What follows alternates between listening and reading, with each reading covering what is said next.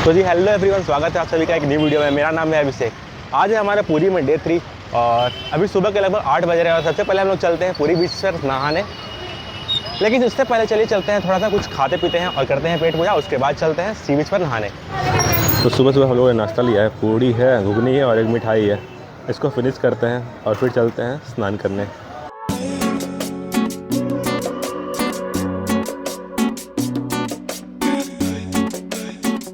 तो डे 3 का फिर शुरुआत डे 1 की तरह बीच पर आप मेरे पीछे देख सकते हो। यार बॉडी का क्या है ना कि 3 दिन आप वर्कआउट नहीं करो, पंप खत्म हो जाता है, लगता ही नहीं है कि बॉडी कुछ बना भी है या फिर आप जिम करते हो। तो एंड टाइम पर बेइज्जती करवा देंगे, इसीलिए पंप रहना आपको ज़रूरी है पिक्चर्स के लिए। चलिए स्नान करते हैं बीच पर।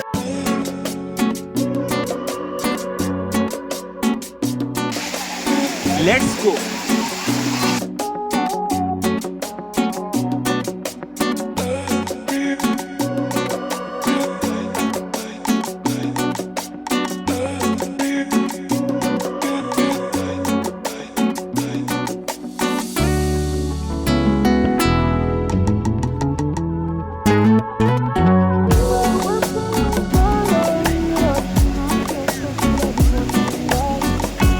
तो लगभग 1 घंटे से मैं स्नान कर रहा हूँ, बहुत ही मज़ा आ रहा है। लेकिन बस यही डर है कहीं तबीयत ना ख़राब हो जाए।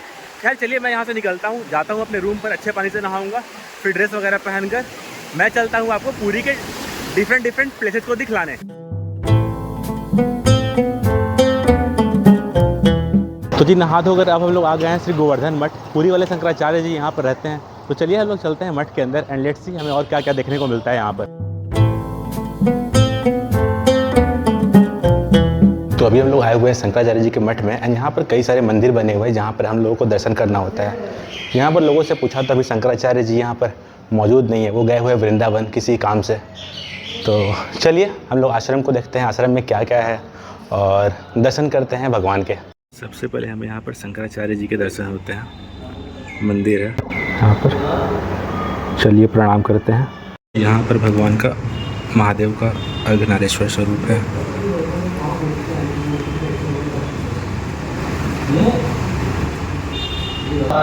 और मेरे पीछे शायद आपका कुछ आवाज़ सुनाई दे रहा होगा, भगवत गीता का स्टार्ट हो रहा है। धर्म क्षेत्र कुरुक्षेत्र किम कुर्वता संजय मामका पांडवाश्चैव समावेता युत्सवा। चलिए आपको यहाँ दर्शन करवाते हैं।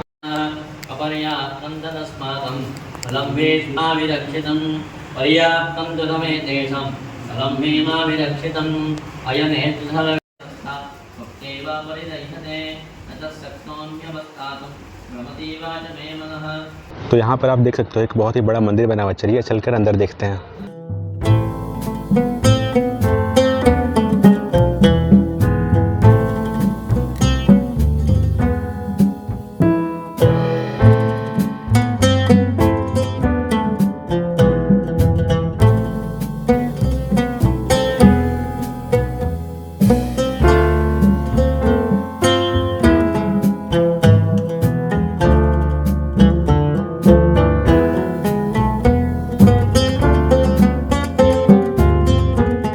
गोवर्धन पीठ में हमारा दर्शन हो गया। यहाँ पर कई सारे मंदिर बने हुए थे अलग अलग देवी देवताओं का, जैसे कि अर्धनारीश्वर स्वरूप बना हुआ था, गिरिराज जी का दर्शन हुआ। लेकिन यहाँ का जो प्रमुख दर्शन हुआ वो विमला देवी का हुआ। विमला देवी कौन है?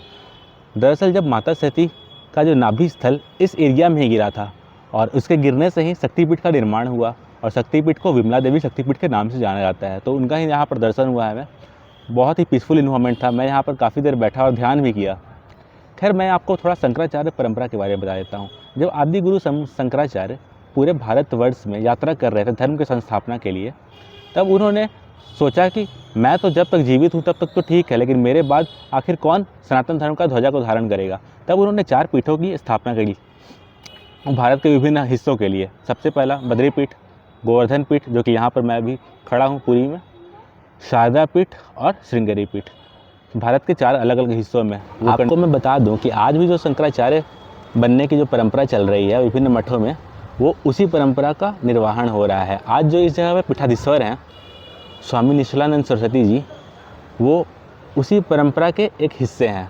और चलिए आज तो मेरा दर्शन नहीं हो पाया, लेकिन आज से कुछ दिन पहले अगर मेरे आप चैनल पर स्क्रॉल करोगे 4-5 वीडियो पहले, मैं महाकुंभ गया था, वहाँ पर उनका शिविर लगा हुआ था, वहाँ पर उनका दर्शन किया था और उनकी मतलब भाषण प्रवचन भी सुना था मैंने, काफ़ी अच्छा लगा था। खैर चलिए, यहाँ पर हम लोग दर्शन कर लिए, अब हम लोग चलते हैं अपने नेक्स्ट डेस्टिनेशन पर।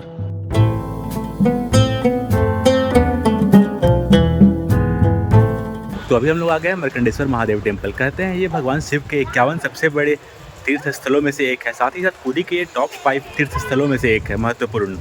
कहते हैं इस जगह पर ही मार्कंडेय ऋषि ने साधना करी थी महादेव को प्राप्त करने के लिए, और इस जगह पर ही ये मंदिर बना हुआ है। आप मेरे पीछे एक तालाब देख रहे होंगे, ये है मार्कंडेश्वर टैंक। इस जगह पर लोग स्नान करके जाते हैं मार्कंडेश्वर महादेव के दर्शन करने।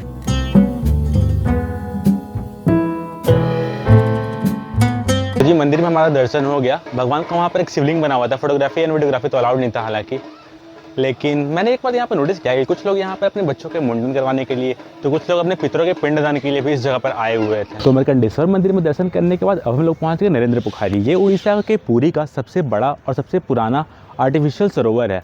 इसका निर्माण नरेंद्र देव जी के द्वारा 15वीं सेंचुरी में करवाया गया है। अगर आप इसके सेंटर में देखोगे, जो कि मैं आप लोगों को दिखलाता हूँ,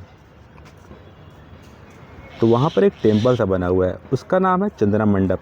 तो चलिए उस जगह चलते हैं और करते हैं टेम्पल का दर्शन।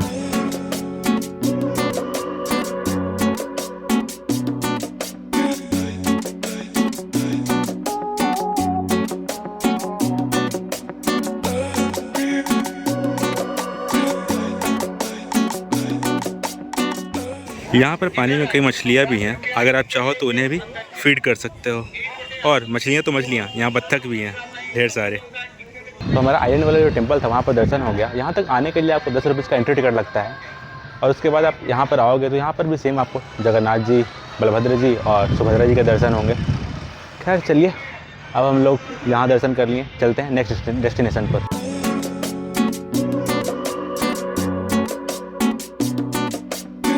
तो जी लंच करने मैं आया हूँ डोमिनोज में। यहाँ पर एक ऑफ़र चल रहा था, 99 रुपीज़ में आप एक मील बुक कर सकते हो। तो मैंने मील बुक कर दिया है, एक बार आने दीजिए, फिर मैं देखता हूँ कौन कौन से आइटम्स हैं उसमें। हमारा मील आ चुका है। इसमें एक गोल्डन कॉर्न पिज्ज़ा है, एक टोमेटो मिल्स है, क्रिस्पी वेजी बाइट्स हैं और साथ में एक पेप्सी है। चैंपियंस ट्रॉफी फाइनल एंजॉय करने के साथ ही मैं करता हूँ इस मील को फिनिश। मुझे तो पता ही नहीं था कि 99 रुपीज़ में डोमिनोज में मील मिल सकता है। ये लंच ऑफ़र था, मतलब वो सिर्फ 3 बजे तक ऑफ़र वैलिड था। अभी 3:10 हो रहा है, मतलब हमने ऑर्डर पहले ही कर लिया था, लेकिन मज़ा आ गया। मैंने तो कभी सोचा नहीं था कि डोमिनोज में आज लंच करूँगा, बट अनएक्सपेक्टेड था। खा लिया, पेट पूरा फुल हो चुका है। चलिए अब हम लोग चलते हैं अपने नेक्स्ट डेस्टिनेशन पर। तो जी अभी मैं खड़ा हूँ सुदर्शन क्राफ्ट म्यूजियम के सामने।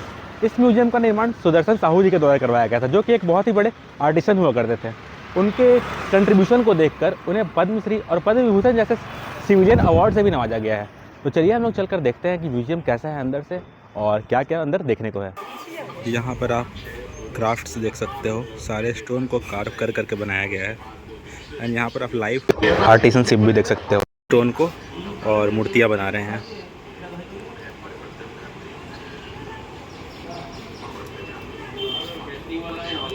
दादा ये सब नया मूर्ति है कि पुराना मूर्ति है? आप लोग के द्वारा बनाया गया है ये सब? गजब है यार, मतलब क्राफ्ट मानना पड़ेगा। यहाँ पर एक कोरियन या फिर जापानीज स्टाइल में एक पगोड़ा बनाया हुआ है। चलिए चलकर देखते हैं अंदर में ये क्या है। ओके, तो ये कोरियन या फिर जापानीज स्टाइल में लिखने वाला आर्किटेक्चर, श्राइन टाइप में आर्किटेक्चर है।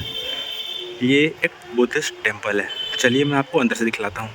यहाँ पे आप देखो डिफरेंट फॉर्म्स ऑफ बुद्धा को भी दिखाया गया है, और उसके साथ वो प्रेयर्स भी इनग्रेव्ड है, ओम मानी पद्मे हूम, और भी कई सारी चीज़ें हैं जिसके बारे में मुझे काफ़ी ज़्यादा जानकारी नहीं है। तो अगर आप लोगों को जानकारी है तो कमेंट कर सकते हैं।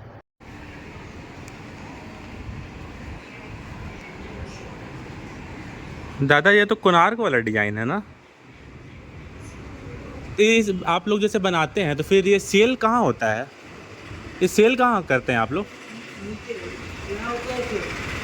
यहाँ सेल होता है। कौन कौन ले जाता है, कौन लोग?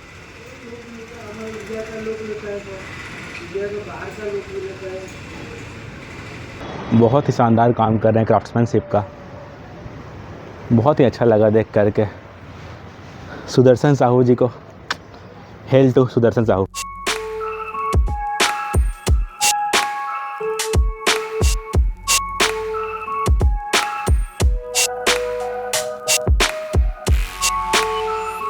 तो सुदर्शन आर्ट गैलरी में मोस्ट ऑफ द चीज़ हम लोगों ने देख लिया। एक इसमें छोटा सा एक म्यूजियम भी था, वो फ़िलहाल टेम्परेरीली बंद कर दिया गया क्योंकि कह रहे थे कि सेठ नहीं है, सेठ आता है तो वो खोलता है।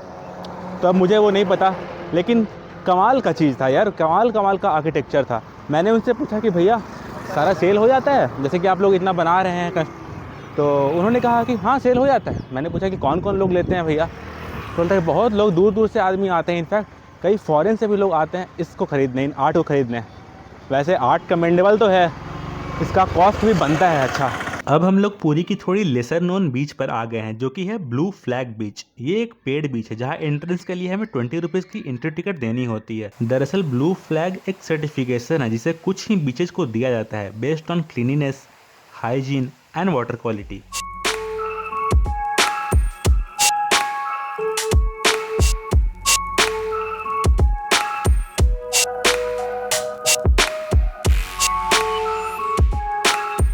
तो गाइस बात कुछ ऐसा है, मैं यहाँ पे नहाने के बिल्कुल ही मूड में नहीं था, लेकिन ये बीच बहुत ही खूबसूरत है।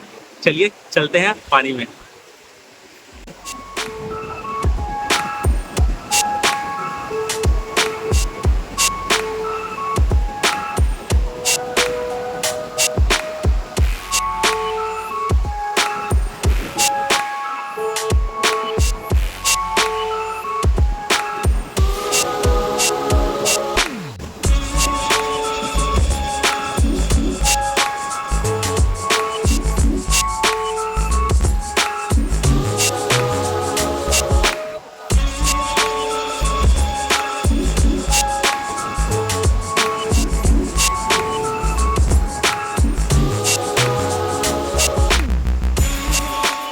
मस्त बीच है यार, यहाँ पे बहुत मज़ा आया। लगभग 1.5-2 घंटा मैं यहाँ पे बैठ गया और यहाँ पर चैम्पियंस ट्रॉफी का मैच भी दिख रहा था सी व्यू के साथ।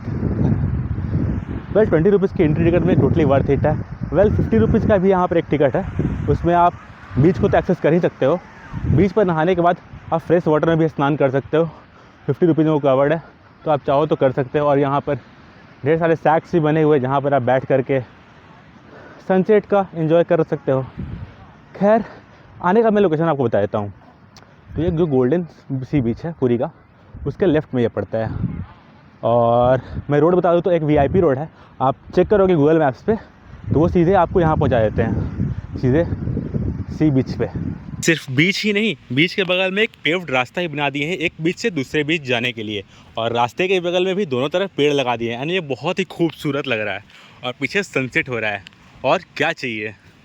सुनसान बीच पर वॉक कर रहा हूँ, एक बीच से दूसरे बीच की ओर जा रहा हूँ, एंड बहुत ही कम लोग हैं यहाँ पर, और जो इक्के दुक्के यहाँ पे लोग हैं भी 90% उसमें कपल ही हैं, और वो भी किसी किसी खोमचे को पकड़ के बैठे हुए हैं। हाँ, तो मैं आपको बता रहा था कि इन्होंने यहाँ पर 20 रुपीज़ लिया है, तो यहाँ पर वो फैसिलिटीज़ भी दे रहे हैं। जैसे ही कोई लिटर करता है या फिर कुछ बॉटल वगैरह फेंकता है, तो यहाँ पर कर्मचारी हैं, वो आते हैं और बॉटल को हैंड पिक कर लेते हैं तुरंत का तुरंत। इस वजह से ही बीच वेल मेंटेन्ड भी है। ये जो आप रोप देख रहे हैं, इस रोप के उस साइड है गोल्डन बीच, और ये है वो बीच जिस पर हमने पैसे देकर एंट्री लिया था। कोई ऑफिशियल्स तो है नहीं, कोई भी बंदा उधर से टप कर आ सकता है। तो 20 रुपीज़ का पैसा बचाना है तो सिंपली जैसे टप के आ जाइए। तो अब हम लोग आ गए हैं गोल्डन बीच पर, एंड ये पुरी का सबसे फेमस बीच है। सबसे ज़्यादा क्राउड आपको इसी जगह पर देखने को मिलेगा। चलिए मैं आपको गोल्डन बीच दिखलाता हूँ।